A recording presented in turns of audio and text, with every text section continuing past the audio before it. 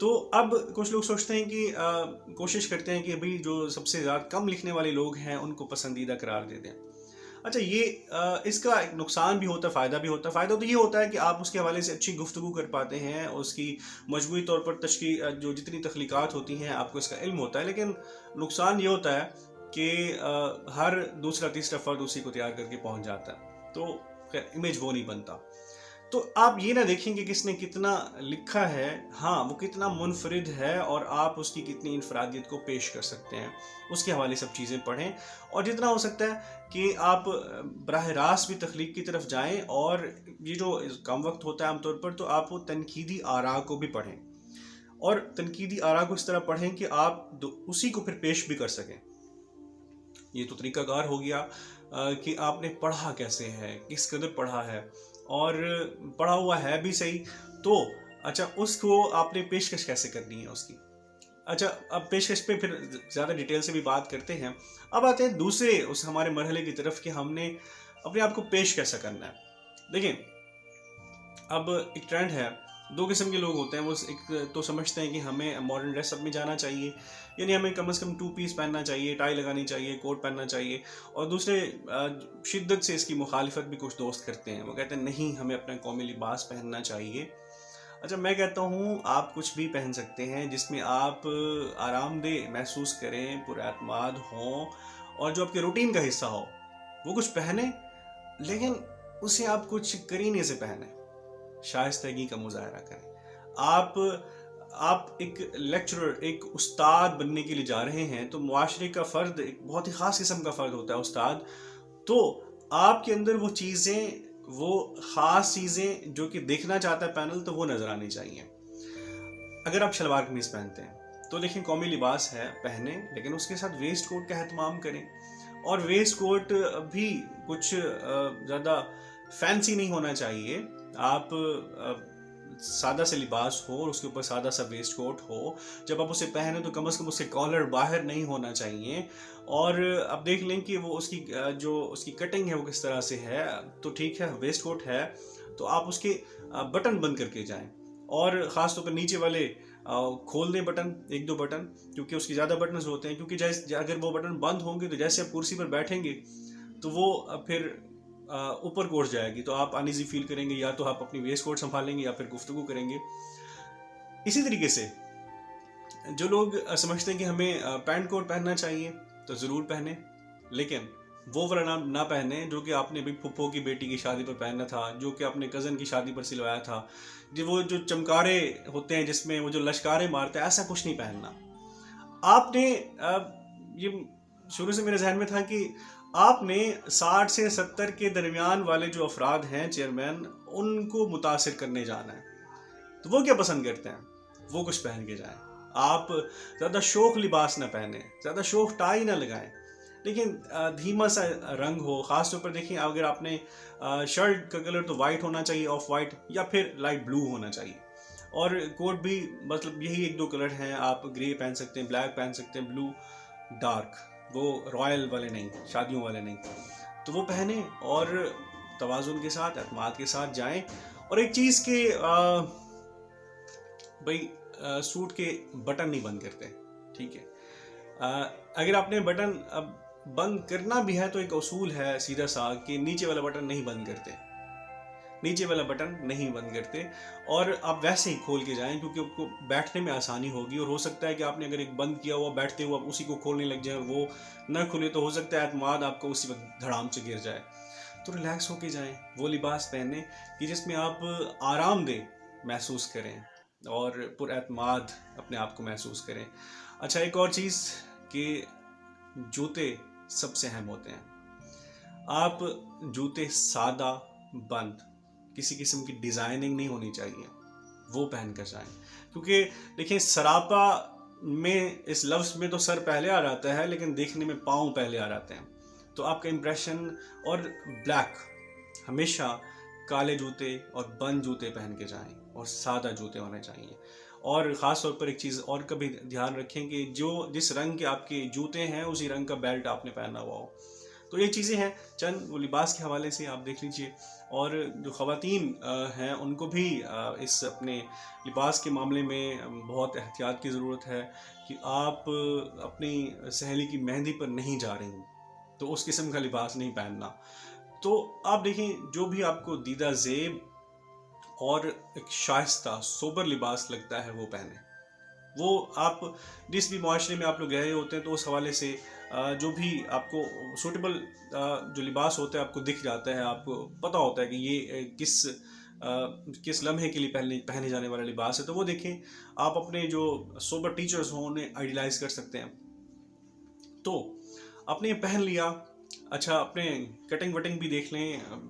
میں عموماً شیو نہیں بناتا, لیکن اپنے انٹرویو کے وقت آپ اگر جو بھی آپ جس طرح کی کٹنگ ہے شیو ہے وہ کریں. اور جو اپنے بال بھی کٹوانے ہیں تو وہ انٹرویو سے ایک دن پہلے نہیں کٹوانے, 5-8 دن پہلے کٹوا لیں, وہ پورے شیپ میں آ جائیں کہ اس وقت کسی قسم کی آپ دباؤ کا شکار نہ ہو کہ پتہ نہیں میں کیسا لگ رہا ہوں. تو آپ تیار ہو گئے, دن آ گیا, آپ کو بلا لیا گیا, آپ نے تمام قسم کے ڈاکومنٹس بھی جتنے ضروری ہیں, اوریجنلز بھی ہیں, فوٹو کاپیز بھی ہیں, اٹیسٹڈ جو بھی آپ کو ہدایت نامہ ملے گا اس کے حوالے سے آپ نے لے بھی لیا. ترتیب وہ خود لگا لیتے ہیں لیکن آپ نے ترتیب بھی لگا لی, ٹھیک ہے.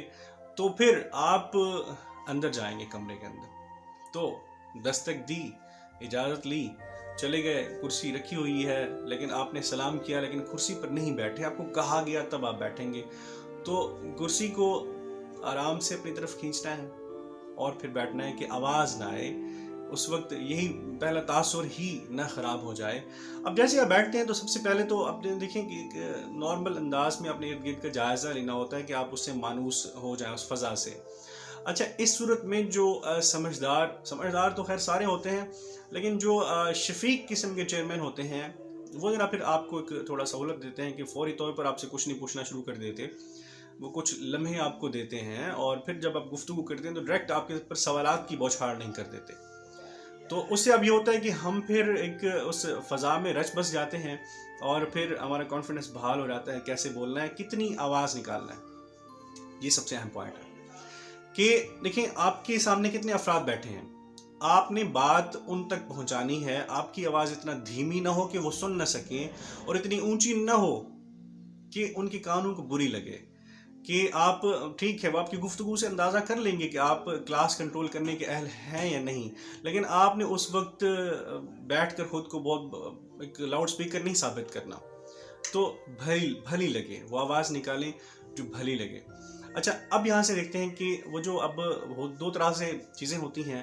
ایک تو کہ آپ سے وہ آپ کا تعارف پوچھ لیتے ہیں, اگر پوچھ لیتے ہیں تو آپ کے پاس آسانی ہے, اور اگر نہیں پوچھتے تو ان کی مرضی, ان کے پاس پہلے تعارف تو ہوتا ہے, آپ کا سی وی وہ جو آپ کو پورا ڈیٹا پڑا ہوتا ہے, تمام قسم کی انفارمیشن ہوتی ہے. اگر وہ آپ سے تعارف پوچھ لیتے ہیں تو آپ نے, اور وہ بھی بتا دیتے ہیں بعض اوقات کہ بھئی اپنے ڈگریوں کے ساتھ بتائیں کس سن میں کی اور کتنے نمبر اس میں لیے. اگر وہ یہ نہیں پوچھتے تو بالترتیب آپ یہ بتائیں, اور انہیں گفتگو کے درمیان میں بھئی آپ نے رٹا نہیں لگانا, جملے وہ فکس جملے نہیں ہونے چاہیے, گفتگو کا سا انداز ہونا چاہیے, اور اسی انداز کے اندر آپ نے یہ بھی بتانا ہے کہ کیا آپ کی اسٹرینتھ کیا ہے, آپ کے جو پسندیدہ زاویے اس پڑھنے لکھنے میں کیا ہے, آپ کی اور کیا, یعنی گفتگو کے اندر آپ نے اپنی وہ خوبیاں بتانی ہیں جو کہ ان کو یاد رہ جائیں, جس سے آپ کی انفرادیت بنے. آپ نے بتا دی, گفتگو شروع ہو گئی. تو اب یہاں پہ وہ جو کچھ ایسی چیزیں جو کہ آپ نے تیاری پہلے کرنی ہے. دیکھیں پڑھا ہوا سب نے ہوتا ہے اور سب کو ہر کوئی پڑھ کے جاتا ہے, لیکن جس چیز کا ہمیں نہیں اندازہ ہوتا اور جس کی تیاری ہم نے نہیں کی ہوتی وہ ہوتی ہے کہ ہم نے اس پڑھے ہوئے کو پیش کیسے کرنا ہے, بولنا کیسے.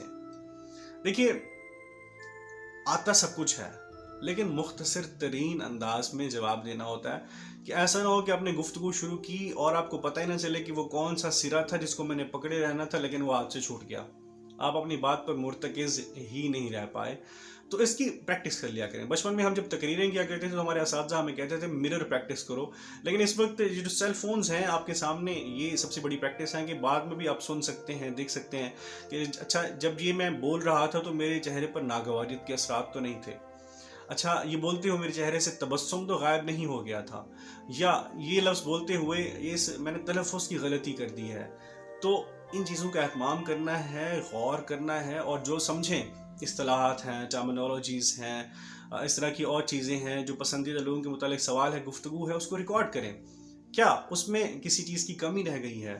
کہیں پہ کوئی آپ فمبلنگ تو نہیں کر رہے ہیں، آپ بھائی چوک تو نہیں ہو گئے؟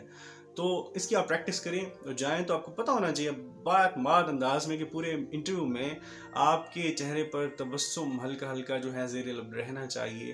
اور ایک چیز کہ آپ خوف نہیں کھانا آپ نے ان سے. دیکھیں وہ آپ کو چننے کے لیے بیٹھے ہیں، آپ کو ریجیکٹ کرنے کے لیے نہیں، آپ کو دھتکارنے کے لیے نہیں. ہاں آپ نے ثابت کرنا ہے کہ میں ہی وہ بندہ ہوں جس کو ڈھونڈنے کے لیے آپ یہاں بیٹھے ہیں. تو آپ وہ تمام چیزیں ان کے سامنے رکھتے جائیں، مختصراً بولتے جائیں. اور جہاں جہاں اچھا ایک اور چیز کہ کچھ لوگ بتاتے ہیں کہ نہایت مختصر جواب دیں. بھائی معروضی تو نہیں پوچھ رہے وہ آپ سے وہ گفتگو کر رہے ہیں. ہاں یہ ہے کہ یہاں پہ بھی دو چیزیں ہوتی ہیں، دو قسم کے لوگ ہوتے ہیں سبجیکٹ اسپیشلسٹ. ایک وہ جو کہ واقعی صاحب علم ہوتے ہیں اور ان کی پوری ادب کی روایت پر نگاہ ہوتی ہے، ہر چیز کو جانچتے ہوتے ہیں. کچھ وہ ہوتے ہیں جو پرچی بنا کے لائے ہوتے ہیں.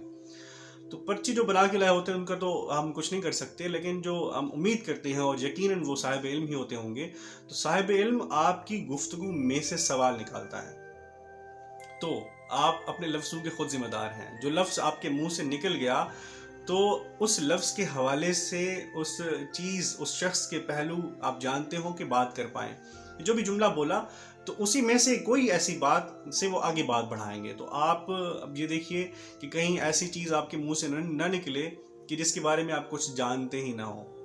تو سمجھ کر بولنا ہے اور اعتماد کے ساتھ بولنا ہے. ہاں لیکن جو چیز آپ کو نہیں آتی اور کلیئرلی وہ آپ کو پتہ ہے کہ نہیں آتی تو غلط بولنے کی ضرورت نہیں ہے، آپ معذرت کر سکتے ہیں.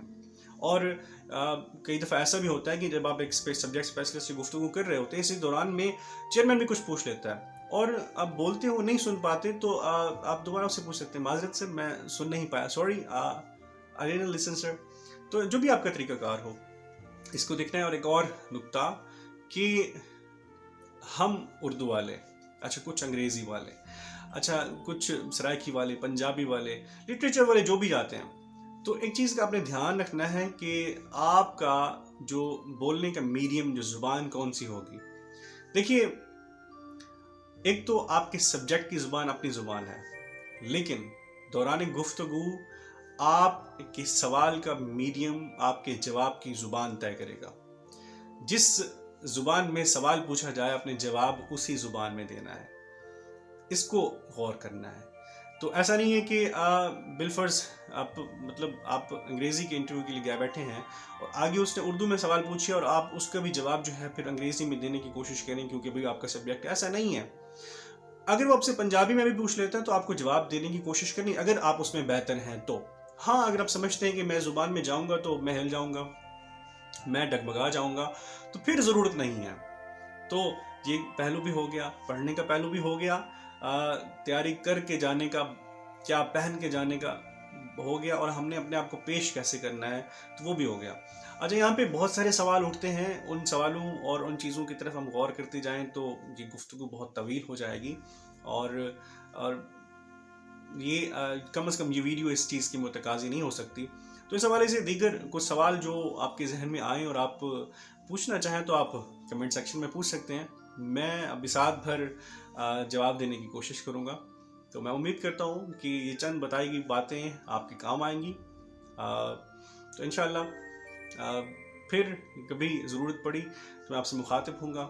تو فی الوقت مجھے اجازت دیجیے. بہت شکریہ. خدا حافظ.